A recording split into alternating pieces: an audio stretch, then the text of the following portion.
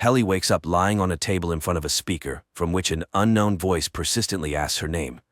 The girl tries to come to her senses and understand what's happening, but the voice doesn't answer her questions, repeating the same thing and insisting that Helly must undergo a short survey. Realizing she can't leave the room, she agrees to the testing but immediately realizes she knows none of the answers. She can't remember her own name, the state she was born in, or even what her mother looks like. Confused, Helly sits down on the floor, and at that moment, the door to the room opens. In the doorway, she sees the silhouette of a man. Shortly before this, sitting in his car, Mark Scout is having a breakdown, unable to stop crying. Finally, he composes himself, wipes his face and steps outside, then heads to work at the large Lumon Company building as if nothing happened. In the locker room, Scout changes his shoes, watch, and pass, swapping his name tag for a blue square with the company's logo. At the entrance, a guard searches him with a device resembling a metal detector, after which the clerk enters an elevator where he experiences slight dizziness that completely alters his state of mind. Easily navigating the maze of long, pristine corridors, Mark reaches his office designed for 4 clerks, labeled as the Macro Data Refinement Department. Each employee sitting at their personal computer selects random numbers from a multitude displayed on the screen. After a few minutes of work, Scout realizes that only 2 of his colleagues are present today. Pity, his partner and best friend, unexpectedly didn't come to work without notifying anyone. Milchick, the deputy director with a smile, enters the office and invites Mark to come with him. The men arrive at the office of Harmony Coble, the department head, who talks to the employee as if all her words are memorized in advance. She places a speaker in front of her, through which the board of directors participates in the meeting, but Mark hears nothing but strange hissing. Coble informs the clerk that Pity no longer works at the company, which greatly surprises and upsets Mark. No explanation for the news follows, but Mark is appointed the new team lead, replacing his good friend. Immediately after the appointment, Milchick leads Mark to a room with a microphone and monitors, where he will greet a new company employee for the first time. Thus, Mark becomes the voice and silhouette that Helly first encountered. When Scout enters the room with the frightened girl, he calmly starts explaining to her that she is now a Lumen employee. Ignoring Helly's questions and objections, Mark begins to read her important information about the importance of separating work and personal life until the girl finally loses it, throwing the speaker at the head of the boring man. But Helly fails to leave again and obediently sits down to listen to Mark, who seems to be about to clarify the situation. Unable to bear it any longer, Mark, breaking all instructions, hints to Helly that she needs to ask to leave 3 times, and after that, he finally leads her out of the room, also guiding her through the numerous white corridors. Eventually, the pair arrive at an exit, which states that separated passage is prohibited, and Mark tells the girl she can leave the building.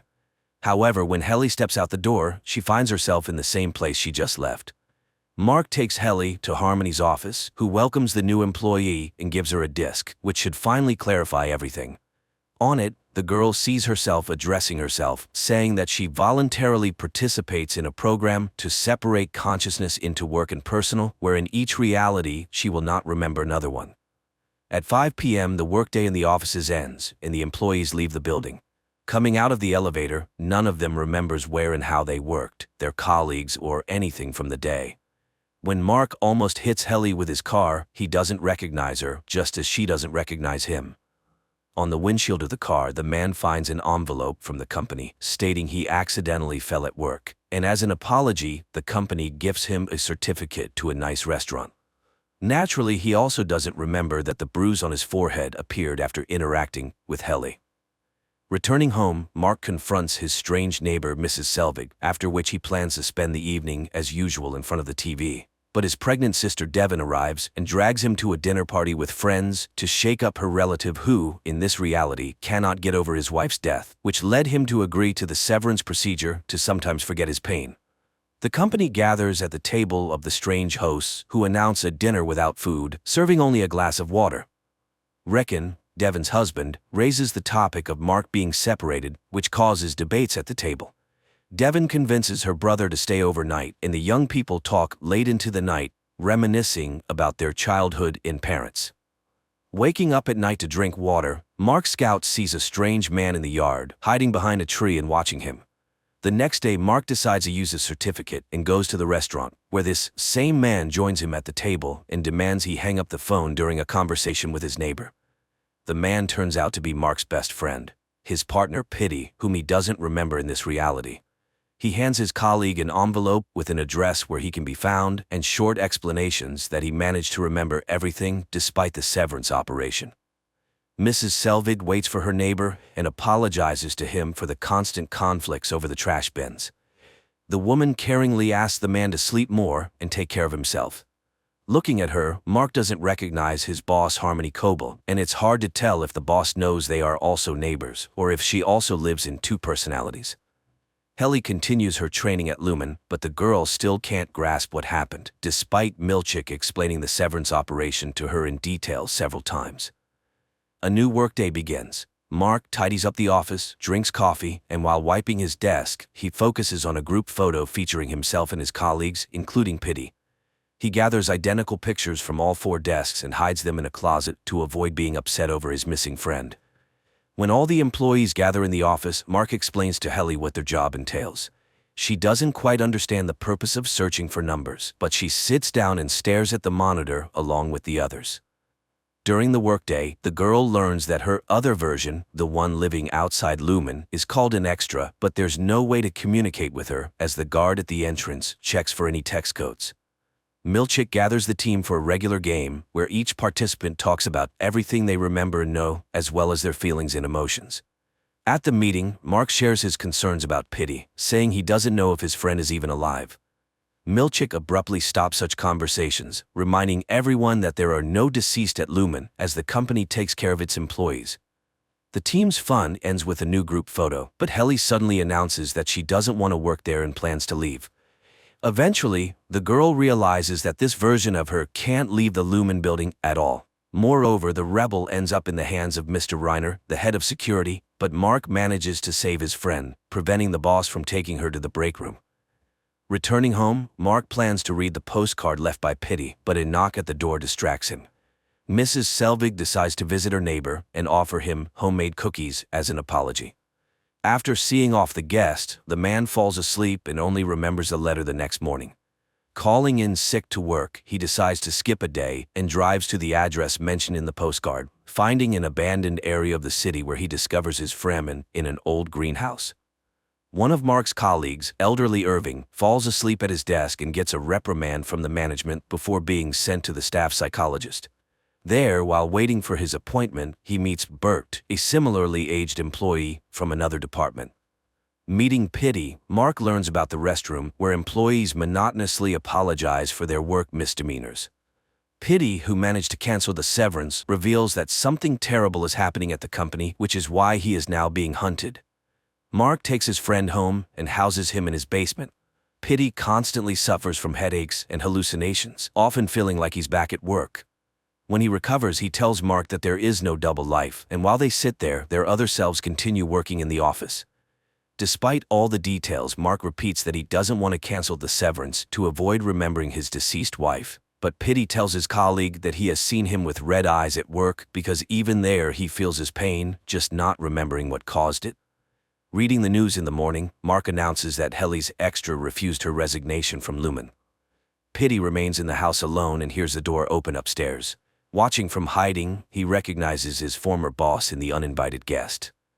Helly constantly tries to pass a note to her extra, but Mark carefully watches the girl, and even when she decides to swallow a pen cap with the message inside, he informs her that the detector will show that too, leading to an unpleasant procedure to extract it. In the corridor, the office employees meet their colleagues, among whom is Bert, Irving's friend. The men exchange a few standard phrases and wink at each other. The entire company goes to the Personality Center to learn more about the creators and managers of Lumen, and Helly again uses the situation to try to escape. This time, Mark fails to cover for his friend, and Mr. Reiner takes the girl to the restroom, where she is forced to repeat words of apology and penance over 1,000 times for her behavior until she repents. Mark sees that the photos from the group photo session have arrived and decides to replace the old ones. Removing the pictures from their frames, he discovers a floor plan drawn by Pitty on one of them. At the same time, Pitty makes it to a night store and collapses there, unconscious. The ambulance is unable to help the man in time. All of this happens in front of Mark, and he quickly rushes home, where he removes all traces of his guest's stay in the basement. Having turned off the lights, he hears his colleague's mobile phone vibrating. Bert visits to give Irving the bags they sew in their department, ahead of the others, and also invites his friend to visit their office, to which Irving happily agrees.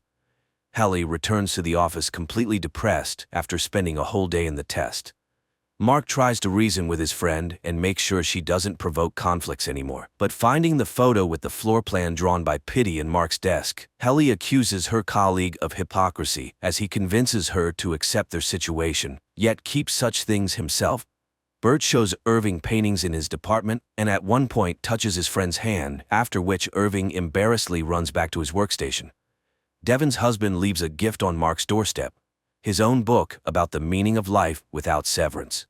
However, when Harmony broke into her neighbor's house, she took the book and brought it to work. Returning to the office, Irving noticed the bright cover, but besides the book itself, he was surprised by something else. The first page had a dedication stating the book was intended for Mark Scout.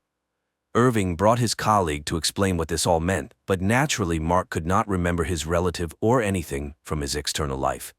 Not wanting to give up, Helly found a paper cutter in the office and, threatening to harm herself, demanded permission to record a message for her extra. Receiving a response, she realized that it was not so much about the company as about herself. The response from Helly in the outside world was such that she should obediently continue her work at Lumen. Pitty's hidden phone in the basement keeps vibrating, but seeing an unknown number on the screen, Mark hesitates to answer the call. Mark goes to the funeral home to say goodbye to his friend and is surprised to see his neighbor Mrs. Selvig there, who also did not expect to meet him. Both lie to each other about the reason for their visit, but the woman keeps an eye on her neighbor. At the ceremony, Mark meets the deceased friend's ex-wife and daughter, and they immediately guess where the man knew their family head from. Waiting for everyone to be occupied with saying goodbye, Harmony sneaks up to the body and extracts the severance chip from his head.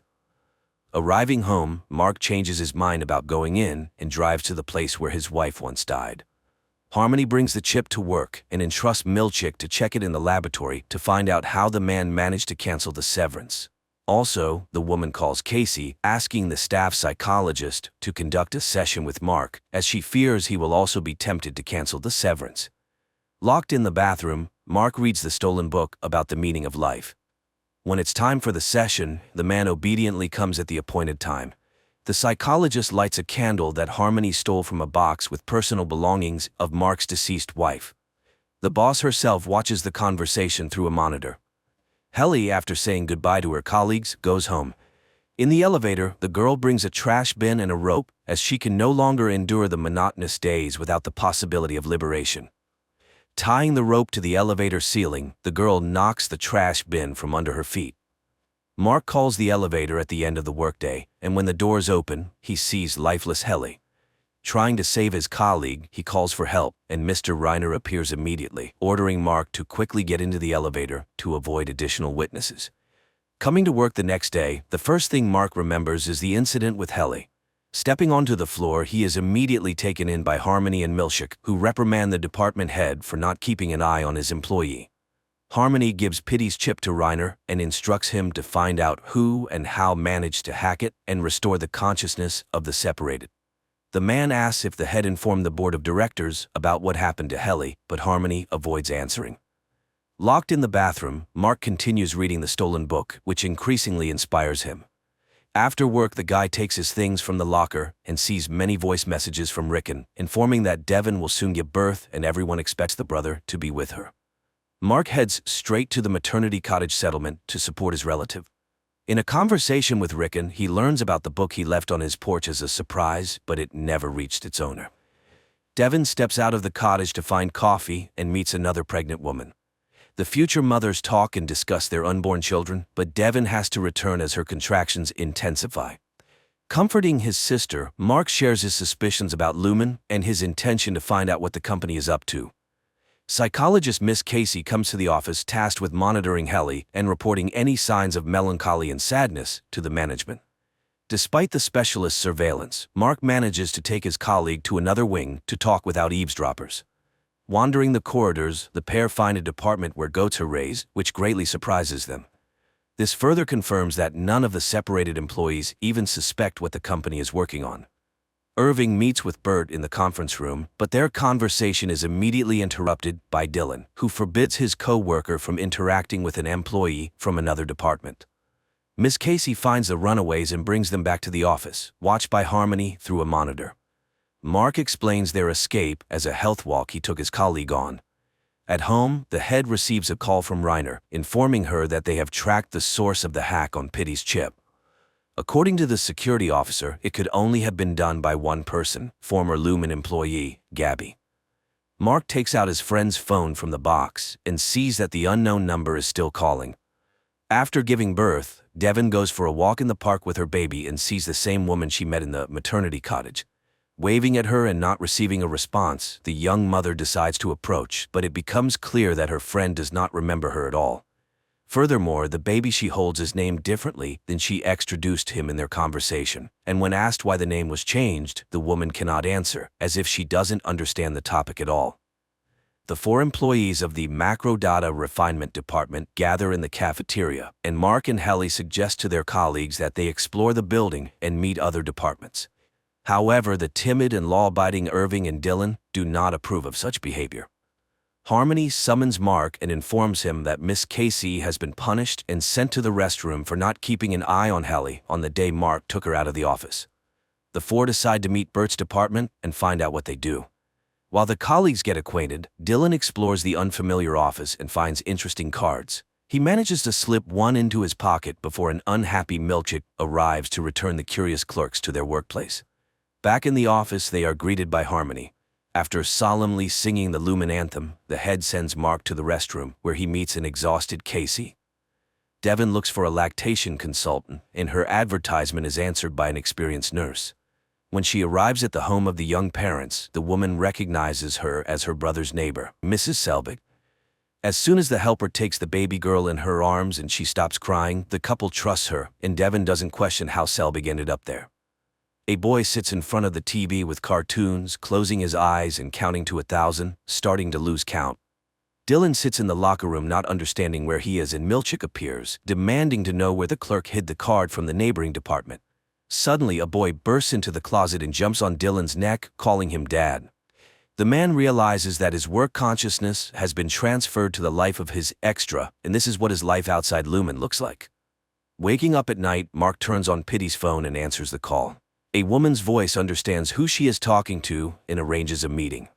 Arriving at the college, Mark meets Gabby. She was the one who installed chips in all the separated, and now she's trying to fix the situation. During the conversation, Reiner appears out of nowhere, but the woman deals with him, explaining that he poses a threat to everyone trying to pull the separated out. Gabby sends Mark home and promises to contact him to help him retrieve his another personality that is constantly at Lumen.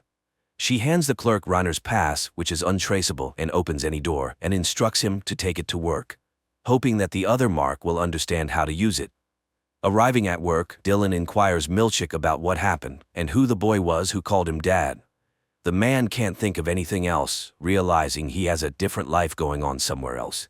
The supervisor tries to gloss over the question, and knowing Dylan's love for rewards and incentives, promises him special bonuses, explaining that it was a random activation that went a little off plan. The employees learn that they are now working under lock and key to prevent wandering the corridors and interacting with colleagues from other departments. Harmony visits Devon's house daily as a consultant, but in reality, she tries to gather more information about Mark. Over a cup of tea, she finally learns that the man has questions and doubts about his job and already regrets having separated. Milchick comes to the office and announces a 5-minute music and dance event to keep the team's spirits up. During the dance, Mark discovers a pass in his pocket, but realizes it's probably a handover from his extra, so he hides it back to use at a more opportune moment. The music break abruptly ends as Dylan attacks Milchick, demanding he tell him about the son he accidentally saw during the switch. The clerk tells his colleagues about his awakening and how he saw his son, and now he wants to cancel the severance. Helly realizes there is some way to awaken and only needs to find out the details to return to normal life. Of the 4, only Irving disagrees with breaking the community's rules, also trying to dissuade his friends. Using Reiner's card, The group exits into the corridor, but Irving leaves his friends and heads to the neighboring department to find out what happened to his friend Bert. Mark and Helly decide not to waste time and find the control point, which can manage all Lumen employees. Taking the manual with them, the pair returns to the office to avoid being caught by Harmony. Irving arrives at the other department and finds himself at a party celebrating Bert's retirement. Horrified, he realizes he will never see his friend again and tries to explain that the only way to leave Lumen is for one reason, but everyone pretends not to hear his arguments. Dylan studies the instructions, and the employees find out that not everyone can switch. Someone has to manage the process from inside. The guy volunteers to do this so that everyone else can escape to the outside world and find those who can help them cancel the severance. Returning to his department, Irving tells his friends that he will look for a way out with them, wishing to erase Lumen from existence. Irving's extra sits on a bench in the park with his pet. Returning home, the man approaches the easel and paints a picture using only black colors. Dozens of absolutely identical black paintings already stand against the walls. Harmony calls Mark and schedules his last session with Mrs. Casey, supposedly to close the quarter. In the office, the man learns that the psychologist is working her last day and is being replaced by another specialist. The employees await Dylan's waffle party, planning to use this time for the switch. Trying to act as calm as possible, they rehearse their escape plan. The board of directors learns about the incident with Helly in the elevator and suspends Harmony from managing the company. Using the stolen pass, Mark sends his friends outside one by one, leaving himself for last. Dylan heads to the waffle party, then sneaks away to the control center to start the operation. Each employee, once in the outside world, must carefully study their extra's life and figure out who in their circle they can ask for help. Harmony, devastated by her dismissal after so many years of loyal service, is at home when the doorbell rings. Resuming her disguise as Mrs. Selvig, she opens the door to find Mark, who inquires if she'll attend the event Devin and Rickon are organizing for their book release. Initially citing poor health, Mrs. Selvig eventually agrees to attend, saying she'll arrive a bit later. When she arrives at the party, she tries to stick close to Mark to learn why he wants to leave Lumen. Dylan breaks into the control room and locks himself in, preparing to launch his friends. Reaching the controls, he pulls the levers and the process begins. Finding himself in Devin's house, Mark's extra doesn't recognize anyone. The same happens with Irving and Helly. Irving finds himself at an easel with a black canvas, while Helly is at a reception among influential people. After learning from the guest that Devin is his sister, Mark tries to speak with her alone for help, but he can't manage it due to the crowd and commotion in the house. Exploring his apartment, Irving realizes he's alone except for his dog. He finds military awards and a locked chest containing items and photos of his son who died in the war. Helly's situation is the most complex. While examining the hall, she realizes she's not just a participant in the Severance program, but a direct descendant of Lumen's founders, the daughter of the current company owner. Her extra is supposed to give a speech today about the benefits of having two entities and not wasting personal life on work. At the bottom of the chest, Irving finds strange records and a map with many marks. It becomes clear his extra has long been trying to unravel Lumen's mystery. Gathering everything, he finds car keys and plans to drive to Bert, whose name he found marked on the map. Guests at Devin's house attentively listen to Rickon, but Mark is preoccupied with finding help. Noticing his boss, he doesn't immediately realize she shouldn't be there. Addressing Harmony by her last name, he inadvertently reveals himself and his plan. In a hurry, he runs to his sister, leaving Harmony in confusion. Devin hands the baby over to the feeding assistant and finally makes time for her brother, who tells her that it's actually his another person, and he urgently needs help to get out of the trap. The woman doesn't fully understand what's happening, but she tells Mark that her brother decided to have surgery, unable to cope with the pain of his wife Gemma's death. Helly, watching her own interview on huge screens advocating the benefits of severance, feels dizzy and hides in the restroom, where her father finds her and expects a vibrant and emotional performance. Mark asks his sister about his boss from Lumen being at her party, and based on Devin's description, realizes she has entrusted her child to a terrifying woman. Rushing out of the room, Devin begins searching for her daughter but finds neither the nanny, her car, nor the girl. Eventually, a guest finds the baby carrier in an empty room. Meanwhile, Harmony races to Lumen, simultaneously calling Milchick to inform him of the emergency. The three employees have escaped to the outside world. Milchick rushes to the control room, trying to negotiate with Dylan to open the door. Realizing that bonuses and incentives won't work in this situation, the supervisor promises to tell him not only about the boy from the closet, but also about his 2 children. Dylan remains steadfast, but Milchick understands he needs to enter the room, so he cuts the belt Dylan used to lock himself in. Arriving at the specified address, Irving sees his friend from the neighboring department relaxing with a companion in his own home. Helly prepares to go on stage, intending to tell everyone the truth. Mark, left alone in the room, decides to look at family photos, and on one of them, he sees himself with his deceased wife. To his horror, it turns out to be Mrs. Casey. Harmony manages to arrive at the gala event and tells Helly she knows everything. Unfazed, Helly whispers her plans to her boss and takes the stage, despite threats that she will make her friends suffer. Irving decides to step out of the car and knocks on Bert's door to tell him the truth about working at Lumen. Mark tells his sister that his wife is alive and he knows where to find her, while Helly starts speaking from the stage, revealing that all the sweet stories about Severance are pure lies and that extras suffer, trapped. At that moment, Milchick cuts the belt, bursts into the control room, and pushes Dylan away from the levers. All the escapees return their extras consciousness of personal life. This concludes the first season. Clearly, many questions remain unanswered. Most importantly, what exactly do the employees at Lumen Company do? Hopefully, we will get the answers in the second season, set to release in 2024.